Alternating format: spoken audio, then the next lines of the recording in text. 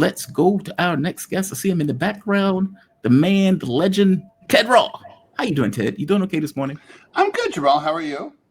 I am doing well. I am not doing bad at all. Ted Rall, political cartoonist, syndicated columnist, host of TMI show with the great, the one and only, the fantastic Manila Chan. Is she doing okay? How's she doing, by the way? I haven't had a chance to talk to her. I think she's doing well. Yeah. Good. Ted, my government is shut down. What the hell have y'all been doing since I've been gone? It's like I left the country and all of a sudden it was like, all right, let's cut the lights up. And you might not be able to come back because they're starting to close the air traffic control towers. As they should. The notion that the air traffic control people work without getting paid is outrageous to me. It just seems completely outrageous. If those people just say, we're out, how fast would it be before the government comes to some consensus of getting back to work? Well, no one should work without pay. I mean, it's I thought the Emancipation Proclamation addressed that issue a long time ago. It's demoralizing, and they're short-staffed. People are calling in sick. It's literally it's a public safety issue, right? I don't know if you talked about this on the show already, but yeah. As they say, if you're just joining us, right? I mean, it's really eerie to think that if you flew out of Burbank yesterday, you'd get a recording that's like, the air traffic control tower is closed. Are you serious? That happened yesterday. Whoa. Yeah. So a pilot was like ready to take off. I mean, you can still take off. There's a way to do it. They have to call like LAX or whatever. But I mean, come on. Burbank's a real airport. I mean, it didn't used to be, but it is now. Even if it's named after Bob Hope.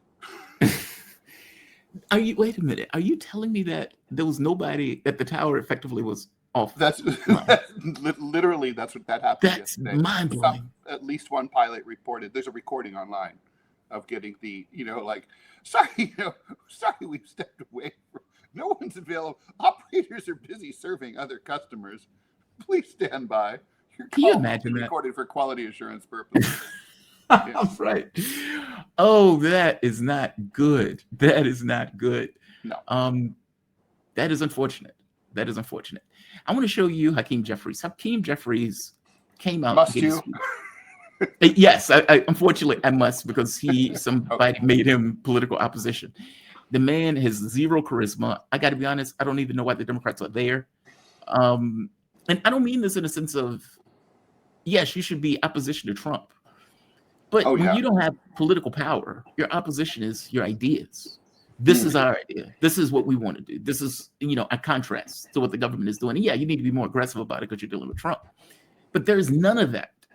I want to get your take on why, but I want to get your take on this first. Listen to what Jeffries says here. Great. And I think Jeffries is going to be waiting a very long time if he's waiting for Donald Trump to pick up the phone and give him a call.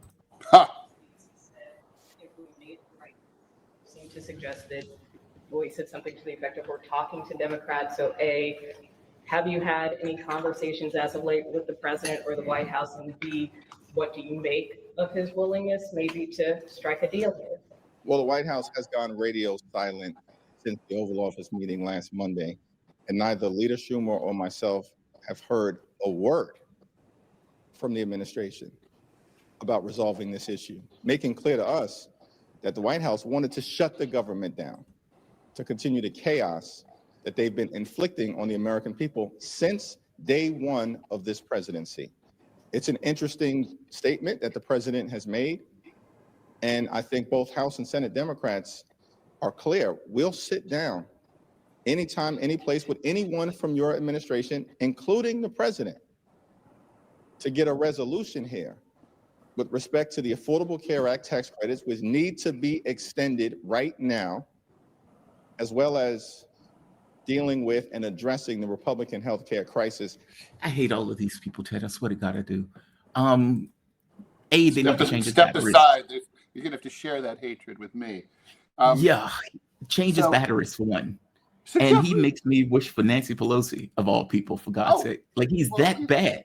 Jeffries, give me your take on this. He's making the argument that Donald Trump hasn't called me. Nobody has talked to me. We need to extend the Affordable Care Act tax credits. Give me your thoughts. Well, he sounds like my late mom. You never call. You never write. Look, the thing is, the Democratic messaging here is just completely atrocious. Notice that he buried the lead. What the Democrats' point here, and it is actually an important point that affects tens of millions of Americans who rely on the Affordable Care Act for insurance, is that the entire insurance system is going to collapse unless these subsidies are renewed, and that basically people are going to be kicked out of the system, never to be seen again, not next year, not ever, and we're going to go back to the status quo as it was pre-2010, right? So and most people don't want that. The Obamacare is very popular and necessary. It's a deeply flawed program, but it beats the alternative of having nothing at all, which is what the Republicans have. So, but that's buried, right? I mean, and it's buried under a pile of bullshit.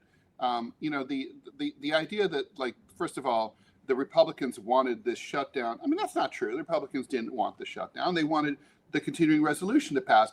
And anybody who follows the news at all knows that's true, right? So, so right out of the gate, he loses credibility, which is really frustrating when you're in a position. Basically, the Democrats are currently ahead in the polls when it comes to the shutdown. The American people are on their side. They're blaming the Republicans. So they're literally, snatching defeat from the jaws of victory here. The Democrats are popular. The American people basically support this, but there's no messaging. So, there has not been in this whole controversy over the shutdown in the last 5 days a single ad, at least that I've known of, that I've seen on the internet or on cable news, that says, from a Democratic aligned group that says the Republican Party doesn't care if you don't have health care. They don't care if your mother dies of ass cancer. Republicans hate your mom. Call your congressman, 1-800 fuck you. And they don't, they're not doing that. There's literally no messaging that's coherent here to say we are trying to save, hundreds of thousands of lives. The Republicans are trying to murder Americans en masse by denying them health care next year. Yes, they should all be out there, all 220 or whatever, 18 members, Democratic members of the House, all 47, 43 members of the Senate. Every Democrat should be out there saying that everywhere. I don't understand why they can't do that. They're like, well, they don't. The Republicans don't call us, and it's like they don't want to negotiate. And they could say, listen, we're trying to fight for the American people and save their health care. We call the president all the time. He doesn't return our calls. That's okay. You can say that. But this shutdown.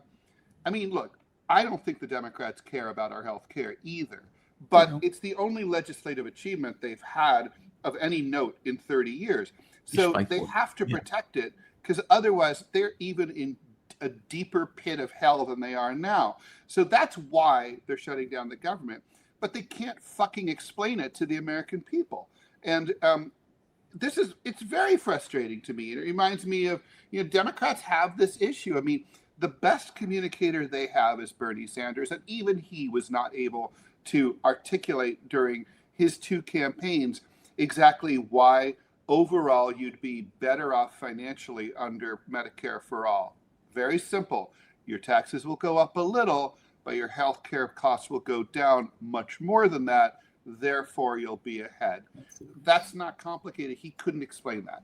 And I don't know why. It's the same thing here. I mean, it's like they're not trying, I mean, they're the Washington Generals. They don't care. I mean, if you care about something, you bite, spit, fingernails, it's like if you're trying to save something that you. Well, they're trying to save the Democratic Party, but that's it. I don't know if they are. I mean, look, I think intellectually they care about the Democratic Party. Intellectually they care about healthcare, but it's not. And they can't even explain. I'm sorry to interrupt, Jamal. They can't even explain the deadline aspect. Like, in 8 days, here in New York and in 49 other states around the union, is the first of several deadlines for people to renew their health care for 2026. If they don't do it by then, with the subsidies in place, they will not have health care for next year. Millions of people will be kicked off Medicaid starting October 15th. And there's no going back. Congress can't put that, can't put Humpty Dumpty back together again, even if they want to. So this is urgent, right? And there's no sense of urgency from, you saw Jeffries. Did that look like a man whose ass was on fire? No, that's my point. If my mom was stuck under a car, I'd bench press that car, right? In the comic books. It's when you care about something, get her out. You fight for it. And that's kind of my thing, even in a political sense. It's not like, those old communists who were making those speeches and they actually believed that stuff. When they were looking behind the scenes, it was like, oh, these guys actually are true believers. Yeah. These guys aren't true believers on this stuff. And so what you get is these robotic speeches. Do you remember back when, I think it was Mitt Romney was running, and they were running ads showing, I think it was somebody like Paul Ryan taking a grandmother up a cliff and then dumping the grandmother off the cliff in the wheelchair and then just walking back. And it's like, this is what Republicans want to do to your grandmother. That's an ad, right? That's a brutal ad. They're trying to murder your grandmother. They're trying to murder your parents. Yeah. That's exactly the ad I would commission for them. I mean, this is nowhere to be found. Republicans like to bullshit about stuff that they don't believe either. For example, that Antifa is under your bed, and it's Antifa is fucking your cat and all that. And but the point is, but they're much better actors. Antifa, they're coming. They're in our schools. They're it's like they're going to turn all of our children gay. These terrorists, these murderers. I mean, they're ridiculous. And you can see through it if you have half a brain.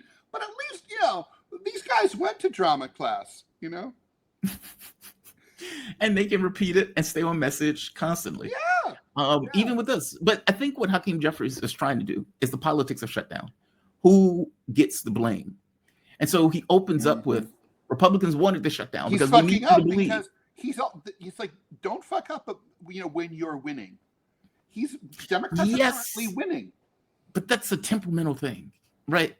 I think you're better off winning if you make the argument that wins, which is why I agree with you, that you make the argument of, we're trying to save your health care. Do you understand that they're trying to kill people? They're 20-something million people that are going to lose health care. And I would be running ads from 2017, showing Donald Trump, we will repeal and replace Obamacare.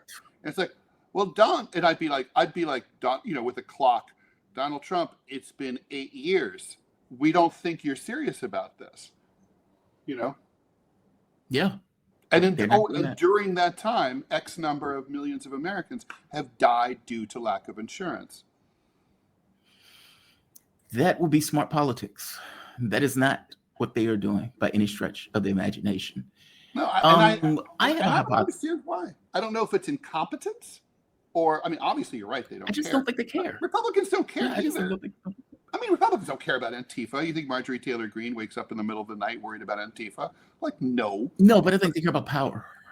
And they realize that they can weaponize certain things like Charlie Kirk's death, using Charlie Kirk's death as a leverage to say, hey, Antifa, meaning they can, if their objective is, hey, we're putting military on U.S. soil.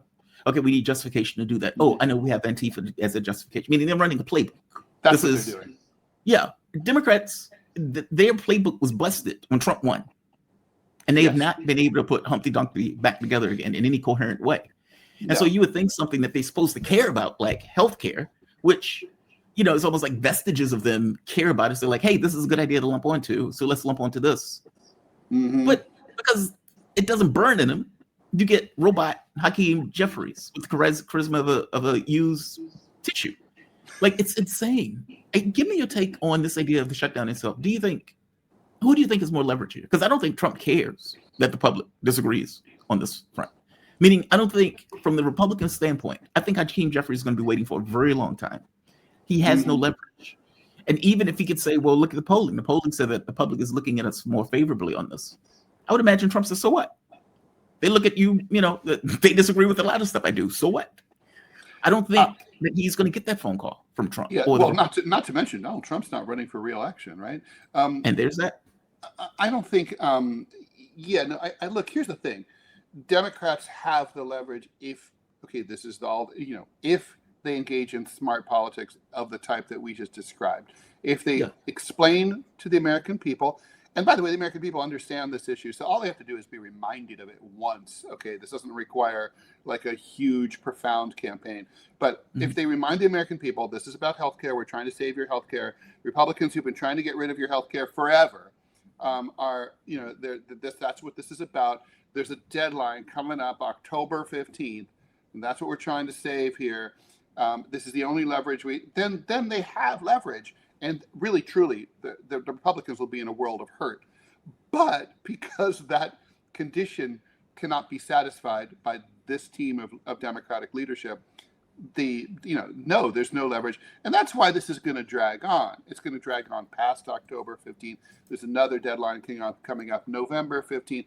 This shit's going to roll right up to and maybe right through the, whatever. This isn't a midterm election, but this little election that's coming up in November. This is going to keep going. Both parties have very little incentive to settle. The Democrats really can't. They really can't. If they let this go, if they vote to reopen the government, and then that means the Affordable Care Act is effectively crippled now and forever, they're dead as a party. They can't. And by the way, the costs also is another thing, meaning healthy people are going to say, well, I can't afford these costs because Donald Trump has reworked it's like the cost arrangement in the way that this goes. Is going to affect a lot of, this isn't poor people. This is this is middle class people. Even some people who might consider themselves sort of upper middle class are going to be affected by this. Yeah, they're going to be like, I'm out. And the cost of it is going to skyrocket for everybody else that remains on it. Absolutely. There are families who make like $100,000 a year. They'll be affected by this. So so it's going to have a profound impact, and it's not the kind of ticket that people don't notice. They're going to see the bill, and they're going to know it. But the Republicans don't have any incentive either because they're really against anything that smacks of socialized medicine, and they want to kill the Affordable Care Act. And they also just, as a rule, basically Trumpism is all about fight. You never compromise. You go. Well, you might cut a deal. That's a compromise. But until you sit down to negotiate, like that deal is done. Yeah. So I don't know. I think this will go on. The Democrats are going to get rolled as always. I mean, I do think, if I'm as a student of history, I'd say the Democratic Party is facing one of its biggest crises in its history since it was founded by Andrew Jackson in 1824. It is in real fucking trouble with this. Do you think that's part of the plan, to be like, let people see the bills? Meaning, because I get the sense that the party wants power without doing anything to get power. Meaning, I don't want to have to offer you anything. I don't want to have to bargain with you. I just want you to give us power and control. Mm-hmm. This was the Kamala Harris campaign in broad terms. This was Hillary Clinton's campaign in broad terms. It's her turn, right? And maybe the thinking is, well, when healthcare bills go through the roof, because if you remember early on, their plan was let Trump be Trump, and Trump will be so unpopular that people will come back to us. Yeah, how'd that work out? Yeah, I know, right? But if people see, oh my God, my healthcare bill has gone up, has doubled, has tripled, who do they blame for that? They're going to blame the fucking Democrats is who they're going to blame. You think so? Why do you think they're going to blame Democrats for that? Because they're going to say that Democrats were feckless. We were told that Obamacare, which didn't have a public option, was the beginning of a revolution in healthcare that was going to ultimately lead to a European-style single-payer system. We were told this was like a foot in the door that was going to get us further to where we needed to be. Democrats, basically, you and I both know they never made any effort whatsoever to expand upon or improve, and the most we ever heard is defend Obamacare. Right? Biden said that we'll defend Obama. Defend is generally not an exciting political slogan. It's like sometimes, but not usually. It's like maybe Thermopylae. That didn't work out well either in the long run.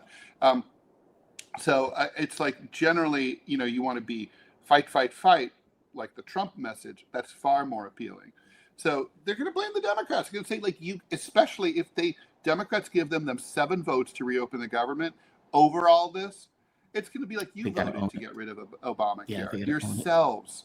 I mean, it's not really completely fair, but I think psychologically that's how it's going to go. Democrats will have no credibility. It's like they're basically, the experiment with Obamacare will have been a 20-year experiment. It'll be just like the U.S. occupation of Afghanistan. It's like ServPro, like it never even happened. Mm-hmm. Yeah, they should defend it like they defended Medicare. But I don't see how you're wrong. The other thing that I've noticed, as I've perched at the edge of the world, looking back at my country with a certain degree of concern, to put it mildly, U.S. troops in the U.S. cities. It's astonishing. Now, this goes to the whole, what is it, Posse Comitatus Act, I believe is what it's called. Mm-hmm. And the ability for Trump to do this. Now, the judge have effectively blocked him on this several times. Blocked him once, and then he tried to go around it by getting troops from other states. And she blocked him again, effectively saying, you are making this up. Like, you have nothing to justify this. And yet you're continuing to do this. Stop. But what I don't think people fully get is that Donald Trump has control of DHS and all of the agencies and all of the goons that are in DHS, which was not around at the point where the Posse Comitatus Act was created. Mm-hmm. So even if he can't get goons from the military to effectively ignore the rights of Americans, he can get other goons from other agencies to do that. And, the concern here is, okay, if you're doing this within the first year, what does year 3 look like?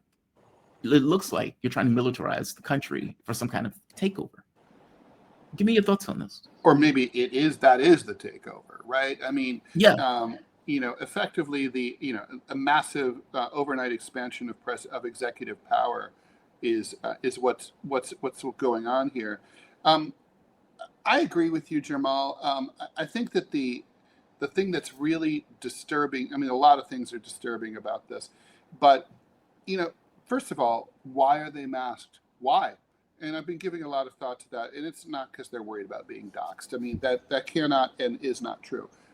The issue here, I think, I would not be at all surprised if the next reveal here, and I have nothing to back this up except what happens in other countries that have veered into authoritarianism, is the possibility that we're seeing paramilitary embedded inside groups like ICE and other agencies like the ATF. In other words, people who are not government employees, maybe Proud Boy types, right-wing militia types, who are funded, out of a slush fund, of which this administration, has plenty, and pays people who are not official government employees to go and participate and effectively act as if they were. That would explain, the reluctance to have ID and to expose their faces. I think we're rapidly moving toward that. I mean, the factoid that I can't get away from, can't stop thinking about, is that by the end of next year, it's already funded, ICE will be the biggest military force on planet Earth. ICE will be bigger than the Chinese, the People's Liberation Army. It will be bigger than the army of the Russian Federation, which is by landmass, the biggest country on the face of the earth. It will be bigger than the United States Army, the infantry. I mean, ICE is, and the thing is, unlike the groups that I just mentioned, who follow a very carefully calibrated set of rules that are regulated by military law and also their own jurisdiction and all that, these people are completely unaccountable because they're unidentifiable. So, I mean, if an ICE person whatever, I'm going to say ICE, we don't know who they are. If they kill someone, I mean, who's going to be charged? I mean, how can they be? We don't know who they are. And that's what this is about. And they've already started killing people. And by the way, Americans.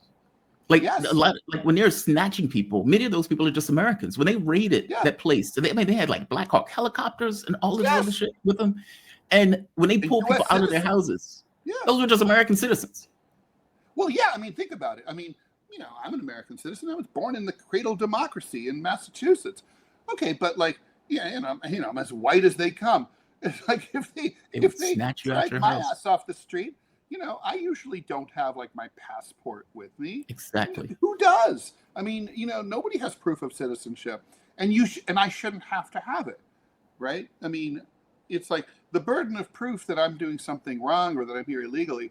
That's on them, or at least it's supposed to be.